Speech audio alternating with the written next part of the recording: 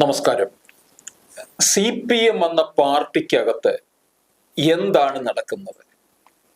നേതാക്കന്മാർക്ക് തന്നെ ഒരു ദിശാബോധമില്ലാത്ത അവസ്ഥയിലേക്കാണോ കാര്യങ്ങൾ പോകുന്നത്? താഴെ തട്ടിലും പലതരത്തിലുള്ള പിന്നാമ്പുറ വർത്തമാനമാണ് നിൽക്കുന്നത്. നേതൃത്വത്തിനെ വിമർശിക്കുന്നു. അങ്ങനെ പല വഴികളിലൂടെ പോകുന്ന ഒരു പാർട്ടിയായി തീർന്നിരിക്കുകയാണ്. അതിനിടയ്ക്കാണ് ശ്രീ KM ഷാജഹാൻ ഇപ്പൊ ഇന്നത്തെ ദേശാഭിമാനി പത്രത്തിന്റെ ആദ്യ പേജിൽ തന്നെ കാണുന്ന ബോക്സിൽ കൊടുത്തിരിക്കുന്ന ഒരു വാർത്തയാണ് ശുചിത്വ കേരള ലക്ഷ്യം. ഇത് MV ഗോവിന്ദന്റെ ചിത്രത്തോടു കൂടി കൊടുത്തിരിക്കുകയാണ്. അതായത് ജനപങ്കാളിത്തത്തോടെ സന്നദ്ധ പ്രവർത്തനം, കേന്ദ്ര സാമ്പത്തിക ഉപരോധത്തിനെതിരെ ജനകീയ പ്രക്ഷോഭം, ഇങ്ങനെ അതുപോലെ തന്നെ ആമയിഴഞ്ചാൻ തോട്ടിലെ മാലിന്യ നിർമ്മാർജ്ജനം, ഈ വക കാര്യങ്ങളിലേക്ക് പോവുകയാണ്. അതൊക്കെ ആമയിഴഞ്ചാൻ തോട്ടിലെ മാലിന്യമൊന്നല്ല, കേരളത്തിലെ എല്ലാ ജലാശയങ്ങളിലെയും പൊതു ഇടങ്ങളിലെയും മാലിന്യം നിർമ്മാർജ്ജനം ചെയ്യുന്നത് സ്വാഗതാർഹം തന്നെയാണ്. പക്ഷേ ഇപ്പൊ ഈ പാർട്ടിയിൽ എന്താണ് സംഭവിക്കുന്നത്? വിജയ, നമ്മള് ഇന്നത്തെ ഈ ഇത് തന്നെ, ഈ ദേശാഭിമാനിയുടെ ഈ വാർത്ത എന്റെ തലവാചകമല്ല, ഞാൻ അതിന്റെ ഒരു കണ്ടന്റ്, ഞാൻ 10-25 വർഷം CPM-നകത്ത് പ്രവർത്തിച്ച ഒരാളാണല്ലോ ഞാൻ അതിന്റെ കണ്ടന്റ്. ഇപ്പം യഥാർത്ഥത്തിൽ എന്താ സംഭവിച്ചിരിക്കുന്നത്? CPM ഏറ്റവും വലിയൊരു പ്രതിസന്ധി നേരിടുന്ന ഘട്ടത്തിൽ ആ പ്രതിസന്ധിയുമായി ബന്ധപ്പെട്ടുകൊണ്ട് എങ്ങനെയാണ് CPM മുന്നോട്ട് പോകേണ്ടത് എന്ന് തീരുമാനിക്കുന്ന അതിനിർണായകമായിട്ടുള്ള ഒരു കമ്മിറ്റി കൂടുന്ന സമയമാണ്. ഇപ്പൊ 2 ദിവസത്തെ സെക്രട്ടേറിയറ്റ് കഴിഞ്ഞു അല്ലെ? ഇപ്പൊ ഒരു സെക്രട്ടേറിയറ്റ് കഴിഞ്ഞു, സംസ്ഥാന കമ്മിറ്റി കൂടിക്കൊണ്ടിരിക്കും. ആ സംസ്ഥാന കമ്മിറ്റിയിൽ തിരുത്തലുമായി ബന്ധപ്പെട്ടുകൊണ്ട് എന്തൊക്കെയാണ് ചെയ്യേണ്ടത് എന്ന് തീരുമാനിക്കപ്പെടാൻ പോവുകയാണ്. അതാണ് കൂടിക്കൊണ്ടിരിക്കുന്നത്. അത് കൂടിക്കൊണ്ടിരിക്കുന്ന സമയത്ത് പാർട്ടിയുടെ മുഖപത്രത്തിലെ ഏറ്റവും പ്രധാനപ്പെട്ട ഒരു വാർത്തയായി വന്നിരിക്കുകയാണ് ശുചിത്വ കേരളം ലക്ഷ്യം. ശുചിത്വ കേരളം എന്ന ലക്ഷ്യത്തോടുകൂടി പാർട്ടിയുടെ മുഴുവൻ പ്രവർത്തകരുടെയും ബഹുജനങ്ങളുടെയും പങ്കാളിത്തത്തോടെ മാലിന്യ നിർമ്മാർജ്ജനത്തിന് CPM നേതൃത്വം നൽകുമെന്ന് MV ഗോവിന്ദൻ. ലക്ഷക്കണക്കിന് ജനങ്ങളെ അണിനിരത്തിയുള്ള സന്നദ്ധ പ്രവർത്തനത്തിലൂടെ മാലിന്യ പ്രശ്നത്തിന് പരിഹാരമുണ്ടാക്കാനാണ് ശ്രമം. മലിനീകരണം ഒഴിവാക്കാനുള്ള തുടർ പ്രവർത്തനങ്ങളും പാർട്ടി ഈ പ്രവർത്തകർ സന്നദ്ധമായിരിക്കും. മാലിന്യമുക്ത കേരളം എന്ന ലക്ഷ്യത്തിനായി സർക്കാർ ശക്തമായ നടപടികൾ എടുത്ത് മുന്നോട്ട് പോവുകയാണ്. അതുമായി സഹകരിച്ചായിരിക്കും പ്രവർത്തനം. ഈ CPM എന്ന് പറഞ്ഞ പാർട്ടി, താങ്കൾ നേരത്തെ പറഞ്ഞതുപോലെ എവിടെയാണ് എത്തി നിൽക്കുന്നത് എന്നുള്ളതിന്റെ ഏറ്റവും പുതിയ ഒരു ഉദാഹരണമാണ് ഇവിടെ കാണുന്നത്. നമ്മളൊന്ന് ആലോചിച്ച് നോക്കൂ. ഇപ്പം ശുചിത്വ കേരളം ലക്ഷ്യം എന്ന് പറയുന്നത് തന്നെ നമുക്ക് ആദ്യം ഒന്ന് എടുക്കാം. ഈ ശുചിത്വ കേരളം ലക്ഷ്യം എന്ന് പറയുമ്പോഴത്തേക്കും കേരളത്തിനെ പരിപൂർണമായി ശുചിത്വ കേരളമാക്കി മാറ്റുന്നതിനുള്ള തടസ്സം എന്തായിരുന്നു CPM-ന്? എന്റെ ഓർമ്മയിൽ CPM എന്ന് പറഞ്ഞ ഈ പാർട്ടിയുടെ നേതൃത്വത്തിലുള്ള ഇടതുപക്ഷ ജനാധിപത്യ മുന്നണി ഒരു തദ്ദേശ സ്വയംഭരണ സ്ഥാപന തെരഞ്ഞെടുപ്പിൽ തോറ്റിട്ടുണ്ടെങ്കിൽ അത് 2010 മാത്രം. ബാക്കി എല്ലാ തദ്ദേശ സ്വയംഭരണ തെരഞ്ഞെടുപ്പിലും നിരന്തരമായി ജയിച്ചുകൊണ്ടിരിക്കുന്ന പാർട്ടിയാണ് CPM. ഇപ്പൊ 2020 നടന്ന തദ്ദേശ സ്വയംഭരണ സ്ഥാപന തെരഞ്ഞെടുപ്പിൽ 75% തദ്ദേശ സ്വയംഭരണ സ്ഥാപനങ്ങളും നിയന്ത്രിക്കുന്നത് CPM ആണ്. എന്ന് മാത്രമല്ല, നമ്മൾ നേരത്തെ ചർച്ച ചെയ്തതുപോലെ ഭരണഘടനാ ഭേദഗതി പ്രകാരം മാലിന്യ നിർമ്മാർജ്ജനം തദ്ദേശ സ്വയംഭരണ സ്ഥാപനങ്ങളുടെ ചുമതലയാണ്. സ്വാഭാവികമായും മാലിന്യ നിർമ്മാർജ്ജനം തദ്ദേശ സ്വയംഭരണ സ്ഥാപനങ്ങളുടെ ചുമതലയാവുകയും കേരളത്തിലെ എല്ലാ തട്ടിലുമുള്ള തദ്ദേശ സ്വയംഭരണ സ്ഥാപനങ്ങളിൽ 75% CPM ആണ് നിയന്ത്രിക്കുന്നത് എന്ന് പറയുമ്പോഴും ഇത് ചെയ്ത് കേരളത്തിലെ ഒരു 10 വർഷം മുമ്പ് തന്നെ മാലിന്യമുക്തമാക്കാമായിരുന്നില്ലേ CPM-ന്? അതിപ്പോഴാണോ ചെയ്യേണ്ടത്? അത് ഈ ജോയിയുടെ മരണമാണോ ഉണർത്തിയത് ഇവര്? അല്ല, അതൊന്ന്. 2, CPM ഇപ്പൊ നേരിടുന്ന പ്രശ്നം ശുചിത്വ കേരളമാണോ? ഇതാണ് ഇതിനകത്ത് പ്രശ്നം. അല്ല, അതിനകത്തെ മാലിന്യം ആരും നീക്കം ചെയ്യും. അല്ല, ഞാനതിലേക്ക്.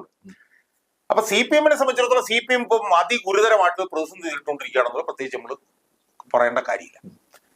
CPM-നെ സംബന്ധിച്ചിടത്തോളം ഇന്നത്തെ മുൻഗണന ശുചിത്വ കേരളമാണോ അതോ CPM-നെ മാലിന്യമുക്തമാക്കുകയാണോ എന്നുള്ളതാണ് ഇത് വായിച്ചപ്പോ എനിക്ക് തോന്നിയൊരു ചോദ്യം. കാരണം ഈ ഇന്നലെ എൻ്റെ ഒരു സുഹൃത്തുമായിട്ട് സംസാരിച്ചപ്പോഴത്തേക്ക് അയാൾ പറഞ്ഞത്, ഈ ആമയിഴഞ്ചാൻ തോട്ടിൽ CPM-നെ കൊണ്ടിട്ട് കഴിഞ്ഞാൽ അവിടുത്തെ മാലിന്യങ്ങളൊക്കെ ചിലപ്പോൾ അങ്ങ് മാറിപ്പോകും എന്നുള്ളത്. കാരണം CPM ആമയിഴഞ്ചാൻ തോട്ടിൽ കിടക്കുന്ന മാലിന്യത്തെക്കാൾ വലിയ മാലിന്യമാണ് CPM. ആമയിഴഞ്ചാൻ ഒന്നുകൂടെ മാലിന്യം കൊണ്ട് നിറയും ചിലപ്പോൾ. അപ്പൊ ഞാൻ പറഞ്ഞു വരുന്നത്, CPM-നകത്ത് CPM-ൽ പതിറ്റാണ്ടുകളായി അടിഞ്ഞുകൂടിയിട്ടുള്ള മാലിന്യങ്ങളെ എങ്ങനെ മുക്തമാക്കാം എന്ന് ചിന്തിക്കുന്ന സമയത്ത് അതെല്ലാം മാറ്റിവെച്ചിട്ട് കേരളത്തിനെ ശുചിത്വ കേരളമാക്കാനുള്ള ലക്ഷ്യവുമായി മുന്നിട്ടിറങ്ങും എന്ന് പാർട്ടിയുടെ നിർണായകമായ ഒരു യോഗം കൂടിക്കൊണ്ടിരിക്കുമ്പോൾ പാർട്ടിയുടെ മുഖപത്രം തന്നെ പറയുന്നു എന്ന് പറയുമ്പോൾ ഇത് സമനില പോയി ഈ പറഞ്ഞ പോലെ നമ്മൾ പച്ച മലയാളത്തിൽ പറയുന്ന പോലെ ഇവന്മാരുടെ കിളി പോയോ എന്നുള്ളൊരു സംശയമാണ് നമുക്ക് ഇത് കാണുമ്പോഴത്തേക്ക് നമുക്ക് തോന്നുക. മനസ്സിലായില്ലേ? അപ്പൊ ഇത് ഇനിയിപ്പോ CPM-നകത്ത് ഇപ്പൊ എന്താ നടന്നുകൊണ്ടിരിക്കുന്നത്? മറ്റൊരു പ്രസ്താവന കൂടിയുണ്ട്, സാധാരണക്കാരുടെ പ്രശ്നങ്ങൾക്ക് മുൻഗണനയുമായി CPM. അപ്പൊ ഇത്രയും കാലം ആരുടെ പ്രശ്നങ്ങൾക്ക്? അല്ല, ഞാൻ പറഞ്ഞ ഇതൊക്കെ ആളുകളുടെ ഉണ്ടല്ലോ ക്ഷമ പരീക്ഷിക്കുകയാണ് ചെയ്യുന്നത്. CPM സാധാരണ ജനങ്ങളുടെ മുൻഗണനയുമായി CPM എന്ന് പറയുമ്പോഴത്തേക്ക് എന്തോ വലിയൊരു ഔദാര്യം, ഞങ്ങൾ സാധാരണക്കാർക്ക് വേണ്ടി പ്രവർത്തിക്കാൻ പോവുകയാണ്. ഇപ്പൊ അതിന്റെ ഒന്നാമത്തെ പേജിൽ തന്നെ ഉണ്ട് പാർട്ടി വടിയെടുക്കുന്നു. നമ്മൾ മനസ്സിലാക്കേണ്ട കാര്യം, ഇതൊക്കെ ചെയ്യാൻ വേണ്ടിയിട്ടാണ് 99 സീറ്റിലെ ഭൂരിപക്ഷത്തോടുകൂടി CPM-നെ 2021 പിന്നെ CPM-നെ അധികാരത്തിൽ കയറ്റിയത്. അത് CPM എന്ന് പറഞ്ഞ പാർട്ടി അധികാരത്തിൽ കയറി കഴിഞ്ഞാൽ അവരുടെ ബാധ്യതയും ഉത്തരവാദിത്വവും ചുമതലയുമാണ് സാധാരണക്കാർക്ക് വേണ്ടി പ്രവർത്തിക്കുക എന്നുള്ളത്. ഇപ്പൊ എന്തോ സാധാരണക്കാർക്ക് വേണ്ടി ഞങ്ങൾ പ്രവർത്തിക്കും എന്ന് പറയുന്നത് എന്തോ ഒരു വലിയ ആനക്കാര്യം ചെയ്ത പോലെയാണ് ഇവര് പറയുന്നത്. കഴിഞ്ഞ ദിവസം പറഞ്ഞില്ലേ, ക്ഷേത്രങ്ങളില് കൂടുതൽ RSS ഒക്കെ സ്വാധീനം ചെലുത്തുന്നത് പോലെ CPM-ഉം അവിടെ ഇടപെടൽ നടത്തണം എന്നൊക്കെ. ഇതിനകത്തൊക്കെ ഉള്ള പ്രശ്നങ്ങൾ എന്ന് പറഞ്ഞു കഴിഞ്ഞാൽ നമ്മൾ മനസ്സിലാക്കേണ്ടത്, അതായത് CPM എന്ന് പറഞ്ഞ പാർട്ടിയുടെ ചുമതല ഉത്തരവാദിത്വം എന്താ? CPM എന്ന് പറഞ്ഞ പാർട്ടി ഇത്രയും നാള് വളർന്ന് കേരളത്തിൽ ഏറ്റവും വലിയൊരു പാർട്ടിയായി മാറിയത് ഈ ക്ഷേത്രത്തിൽ പോയി ഇടപെട്ട് ക്ഷേത്രത്തിലൂടെ ക്ഷേത്ര സമിതികൾ പിടിച്ചെടുത്തുകൊണ്ടാണ്. എന്തൊരു അസംബന്ധമാണിത്! ത്യാഗോജ്വലമായിട്ടുള്ള എത്രയോ അവകാശ സമര പോരാട്ടങ്ങൾ നടത്തി വളർന്നു വന്നൊരു സംഘടനയാണിത്. EMS-നെ പോലെ EMS, AKG മുതൽ VS അച്യുതാനന്ദൻ വരെയുള്ള നേതാക്കന്മാര് വിവിധ ജനവിഭാഗങ്ങളുടെ ഇടയിൽ പോയി പ്രവർത്തിച്ച് വർഗാടിസ്ഥാനത്തിൽ അവരെ സംഘടിപ്പിച്ച് ദൈനംദിനം നടത്തിയ പ്രവർത്തനത്തിലൂടെ വളർത്തിയെടുത്തൊരു പാർട്ടിയല്ലേ ഈ പാർട്ടി. ഇപ്പൊ ആലപ്പുഴയിൽ CPM വളർന്നത് പിന്നെ ക്ഷേത്ര കമ്മിറ്റികളിൽ ഈഴവര് പോയി പ്രവർത്തിച്ച് എന്തൊരു അബ്സേർഡിറ്റി ആയതെന്ന് ഞാൻ അറിയുന്നത്. മനസ്സിലായി? ഇതൊക്കെ ചെയ്ത ഈ പാർട്ടിയില് EMS-ഉം AKG-യും EK നായനാരും VS അച്യുതാനന്ദനും ഒക്കെ ഇരുന്ന കസേരയിൽ ഇരുന്നുകൊണ്ട് ഒരു നേതാവ് ഉളുപ്പില്ലാതെ പറയുകയാണ്, ഞങ്ങൾ ക്ഷേത്ര കമ്മിറ്റിയിൽ ഞങ്ങൾ പോയി പ്രവർത്തിക്കും, ഞങ്ങൾ ഇതാകും. മനസ്സിലായി? എന്നിട്ട് വെള്ളാപ്പള്ളി നടേശനെ ഇപ്പൊ കുടത്തിൽ നിന്നുള്ള ഭൂതം പോലെ ഇറക്കി വിട്ടു. ആരാണ് വെള്ളാപ്പള്ളി നടേശനെ ഇവിടെ വളർത്തിയത്? വെള്ളാപ്പള്ളി നടേശന്റെ മുൻകാല ചരിത്രം നമ്മൾ എടുത്തു നോക്കൂ. അഴിമതിയുടെ രാജാവാണ് വെള്ളാപ്പള്ളി നടേശൻ എന്ന് അറിയാത്ത ആരാണ് കേരളത്തിലുള്ളത്? ആ വെള്ളാപ്പള്ളി നടേശനെ ഇത്രയും വളർത്തി ഒരു വലിയ മഹാത്ഭുതമാക്കി മാറ്റിയത് CPM അല്ലേ? വെള്ളാപ്പള്ളി നടേശനെതിരെ അതിശക്തമായിട്ടുള്ള സമര പോരാട്ടങ്ങൾക്ക് നേതൃത്വം നൽകിയ ആള് VS അച്യുതാനന്ദനല്ലേ? വെക്കു ദിനേശ 2016 ഇലക്ഷൻ കാലത്ത് വെക്കു ദിനേശ പണം എന്ന് പറഞ്ഞത് എനിക്ക് ഓർമ്മയുണ്ട് അച്യുതാനന്ദൻ. ആ അച്യുതാനന്ദൻ ഇയാളുടെ അഴിമതിക്കെതിരെ അതിശക്തമായിട്ടുള്ള പോരാട്ടം നടത്തി.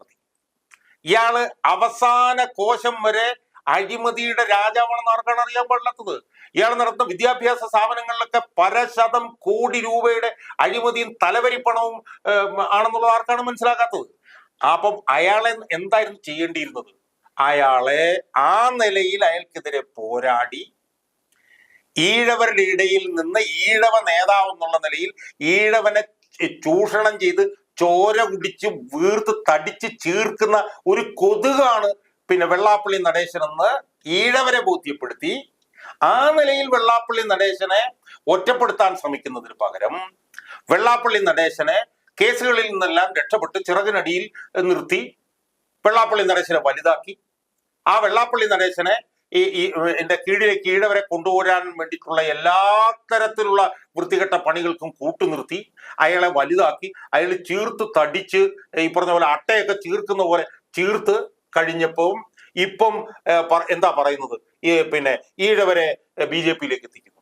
യഥാർത്ഥത്തിൽ ഈഴവരെ BJP-യിലേക്ക് എത്തിക്കുന്ന റിക്രൂട്ടിംഗ് ഏജൻസി ആണെന്ന് പറഞ്ഞുകൊണ്ട് ഇപ്പം നടത്തുന്ന ഈ ശ്രമം, ഈ ഗോവിന്ദൻ നടത്തുന്ന ഈ ശ്രമം യഥാർത്ഥത്തിൽ കൂടുതൽ ഈഴവരെ ആ വഴിയിലേക്ക് നടത്താൻ മാത്രമേ സഹായിക്കുള്ളൂ എന്നുള്ളതാണ് എൻ്റെ അഭിപ്രായം.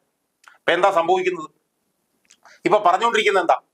ഇപ്പൊ പറഞ്ഞുകൊണ്ടിരിക്കുന്നത് റിക്രൂട്ടിംഗ് ഏജൻസി ആണെന്നാണ്. യഥാർത്ഥത്തിൽ ഈഴവര് പിന്നെ BJP-ക്ക് വോട്ട് ചെയ്തത് പിന്നെ ഇയാളുടെ കാരണം കൊണ്ടല്ല, CPM-ന്റെ വികലമായിട്ടുള്ള നയങ്ങൾ കൊണ്ടാണ് അവരെ കൊണ്ടുപോയത്. അപ്പൊ അതിനെ നിങ്ങൾ അഡ്രസ് ചെയ്യാതെ ഇയാൾ റിക്രൂട്ടിംഗ് ഏജൻസി വഴിയാണ് ഇയാൾ കൊണ്ടുപോയെന്ന് പറഞ്ഞ് ഇയാളെ അടിച്ചുകൊണ്ടിരുന്നു കഴിഞ്ഞാൽ കൂടുതൽ കൂടുതൽ ഈഴവര് അയാളിലേക്ക് പോളറൈസ് ചെയ്യാനുള്ള ഒരു സാധ്യതയാണ് കാണുന്നത്. അതുകൊണ്ട് ഈ ലീഡർഷിപ്പിനെ സംബന്ധിച്ചിടത്തോളം ഈ ലീഡർഷിപ്പ് തീർത്തും അപ്രസക്തമായി പോയെന്നും ഈ ലീഡർഷിപ്പിനെ കൊണ്ട് കേരള പാർട്ടിയിൽ ഒന്നും സംഭവിക്കാൻ പോകുന്നില്ല, ഒരു ചുക്കും സംഭവിക്കാൻ പോകുന്നില്ല എന്നുള്ളതിന്റെ ഏറ്റവും പുതിയ ഉദാഹരണമാണ് ഈ നിർണായകമായിട്ടുള്ള യോഗം കൂടിക്കൊണ്ടിരിക്കുമ്പോൾ ശുചിത്വ കേരളം ലക്ഷ്യം എന്ന് പറഞ്ഞ് ദേശാമാനി വാർത്ത. അതിനോട് വേറൊരു വാർത്ത കൂടെ കൊടുത്തിട്ടുണ്ട്, EP വിവാദം ചർച്ച ചെയ്യുമെന്ന് വീണ്ടും എന്നുള്ളത്. വിജയ, നമ്മൾ മനസ്സിലാക്കേണ്ട ഒരു കാര്യം, ഒരു 10 വർഷം മുമ്പത്തെ പാർട്ടി ആയിരുന്നുവെങ്കിൽ EP ജയരാജൻ പ്രകാശ് ജാവദേക്കറുമായി ചർച്ച ചെയ്യാൻ ധൈര്യപ്പെടുമായിരുന്നോ? പിന്നെ വിജയ, നമ്മൾ ധൈര്യപ്പെട്ടില്ല. അതൊന്ന് 10 ദിവസത്തിനകം അതിന്റെ ഫലവും ഉണ്ടാകുമായിരുന്നു. അതായത് എനിക്ക് ഒന്നാമത് ചോദിക്കാനുള്ള ചോദ്യം, ഇപ്പൊ VS അച്യുതാനന്ദൻ പാർട്ടി സംസ്ഥാന സെക്രട്ടറി ആയിരുന്നുവെങ്കിൽ പ്രകാശ് ജാവദേക്കറുമായി സംസാരിക്കാൻ ഇയാൾ ധൈര്യപ്പെടുമായിരുന്നോ? ധൈര്യപ്പെടില്ല. ഇനി ധൈര്യപ്പെട്ട് സംസാരിച്ചിരുന്നെങ്കിൽ ഇയാൾ ഒരു നിമിഷം പോലും ആ പാർട്ടി കാണത്തില്ലായിരുന്നു. ഇവിടെ എന്താ സംഭവിച്ചത്? ഇവിടെ അയാൾ പ്രകാശ് ജാവ്ദേക്കറുമായിട്ട് സംസാരിച്ചു. പ്രകാശ് ജാവ്ദേക്കറുമായിട്ട് സംസാരിച്ചു എന്നുള്ള അയാൾ സമ്മതിച്ചു. ആ സംസാരിച്ചപ്പോൾ ഉണ്ടായിട്ടുള്ള വിഷയങ്ങൾ എന്തായിരുന്നു എന്നുള്ളതെല്ലാം പുറത്തു വന്നു. അതൊന്നും നിഷേധിക്കപ്പെട്ടിട്ടുമില്ല. 1. 2, തെരഞ്ഞെടുപ്പ് പ്രചരണത്തിന്റെ മൂർധന്യാവസ്ഥയിൽ നിൽക്കുമ്പോഴാണ് ഈ ചർച്ച അവിടെ നടന്നത്, പുറത്തു വന്നത്. സ്വാഭാവികമായും തെരഞ്ഞെടുപ്പ് പരാജയത്തിൽ നിർണായകമായിട്ടുള്ള ഒരു സ്ഥാനം ഈ വിഷയത്തിൽ ഉണ്ടായിരുന്നു എന്നുള്ളത് വ്യക്തമല്ലേ? സ്വാഭാവികമായും അതാണ് എന്ന് മനസ്സിലാക്കിയാൽ അത് ഞങ്ങൾ അടുത്ത കമ്മിറ്റിയിൽ ചർച്ച ചെയ്ത് ഞങ്ങൾ തീരുമാനം എടുക്കുന്നതാണോ പറയേണ്ടത്? ഒരു ചർച്ചയും ചെയ്യേണ്ട കാര്യമില്ലല്ലോ. കാരണം ഇത് സംസാരിച്ചു എന്നുള്ളത് പൊതുമണ്ഡലത്തിൽ സമ്മതിച്ച സാഹചര്യത്തിൽ നമ്മുടെ ഏറ്റവും വലിയ വർഗ ശത്രുവുമായി നിങ്ങൾ ചർച്ച നടത്തിയ അടിസ്ഥാനത്തിൽ you are expelled, സമ്മർലി expelled from the party എന്ന് പറയാൻ ഒരു 2 സെക്കൻഡ് പോലെ. അത് ചെയ്യാതെ തിരുത്താനുള്ള ആദ്യത്തെ കമ്മിറ്റിയിൽ പോലും ആ വിഷയം വരുന്നില്ല, അടുത്ത കമ്മിറ്റിയിൽ വരും എന്നാ പറയുന്നത്. അപ്പൊ അതുകൊണ്ട് ഇതൊന്നും ഇവർക്ക് ചെയ്യാൻ, ഇപ്പോഴും ചർച്ച ചെയ്യും എന്ന് മാത്രം പറഞ്ഞിങ്ങനെ ഇതൊന്നും അവർക്ക് ചെയ്യാൻ പറ്റില്ല. കാരണം ഞാൻ നേരത്തെ എപ്പോഴും ഒന്ന് തൊട്ടാൽ മൂടി. കാരണം അഴിമതിക്കെതിരായിട്ട് പോരാട്ടം തുടങ്ങിക്കഴിഞ്ഞാൽ ആദ്യം പിണറായി വിജയനെതിരായിട്ട് പറയേണ്ടി വരില്ലേ? അഴിമതിക്കെതിരെ പോരാട്ടം എന്ന് പറഞ്ഞാൽ പിണറായി വിജയന്റെ മത്സരമായിട്ടുള്ള ആരോപണങ്ങളെ കുറിച്ച് പറയേണ്ടി വരില്ലേ? പിണറായി വിജയൻ പരശതം പിന്നെ അഴിമതികൾ നടത്തിയതിൽ ചർച്ച ചെയ്യേണ്ടി വരില്ലേ? ആരാണ് അഴിമതി? എം എ ബേബി അഴിമതിയിൽ നിന്ന് MABക്ക് ഒഴിഞ്ഞിരിക്കാൻ പറ്റുമോ? ഒരുപക്ഷെ ചിലപ്പോൾ തോമസ് ഐസക്കിന് ഒഴിഞ്ഞിരിക്കാൻ പറ്റുമായിരിക്കും. പക്ഷെ എല്ലാ ജില്ലയിലും സമുന്നതരായിട്ടുള്ള എല്ലാ നേതാക്കന്മാരും അഴിമതിയിൽ മുങ്ങി നിൽക്കുന്നതുകൊണ്ട് ഇതിങ്ങനെയൊക്കെ പറഞ്ഞു പോകാനേ കഴിയുകയുള്ളൂ. ഇതൊരു സംശയവും വേണ്ട, ഇത് രക്ഷപ്പെടില്ല. ഇന്നിപ്പോ ഞാൻ പശ്ചിമബംഗാളുമായി ബന്ധപ്പെട്ടൊരു വീഡിയോ ചെയ്യാൻ വേണ്ടിയിട്ട് ഞാൻ കണക്കിൽ നോക്കുമായിരുന്നു. 1977 ഇടതുപക്ഷ ജനാധിപത്യ മുന്നണി പശ്ചിമബംഗാൾ ഉണ്ടാവും. അതിനുശേഷം 5 തവണ നിയമസഭാ തെരഞ്ഞെടുപ്പിൽ അധികാരത്തിൽ വന്നതിനെ കുറിച്ച് നമ്മൾ ചർച്ച ചെയ്തുള്ളൂ. അതിനിടയിൽ പരശതം ലോക്സഭാ തെരഞ്ഞെടുപ്പിലും 50% കൂടുതൽ വോട്ട് നേടിയ പാർട്ടിയാണ്. ഏതാണ്ട് ഒരു 1.5 കോടി വോട്ട് വരെ നേടിയ പാർട്ടിക്ക് ഇപ്പം പിന്നെ 6% വോട്ടേ ഉള്ളൂ. അപ്പൊ അതേ വഴി തന്നെ ഇത് പോവുകയാണ് എന്നതിന്റെ ഉദാഹരണങ്ങളാണ് ഓരോ ദിവസവും കണ്ടുകൊണ്ടിരിക്കും.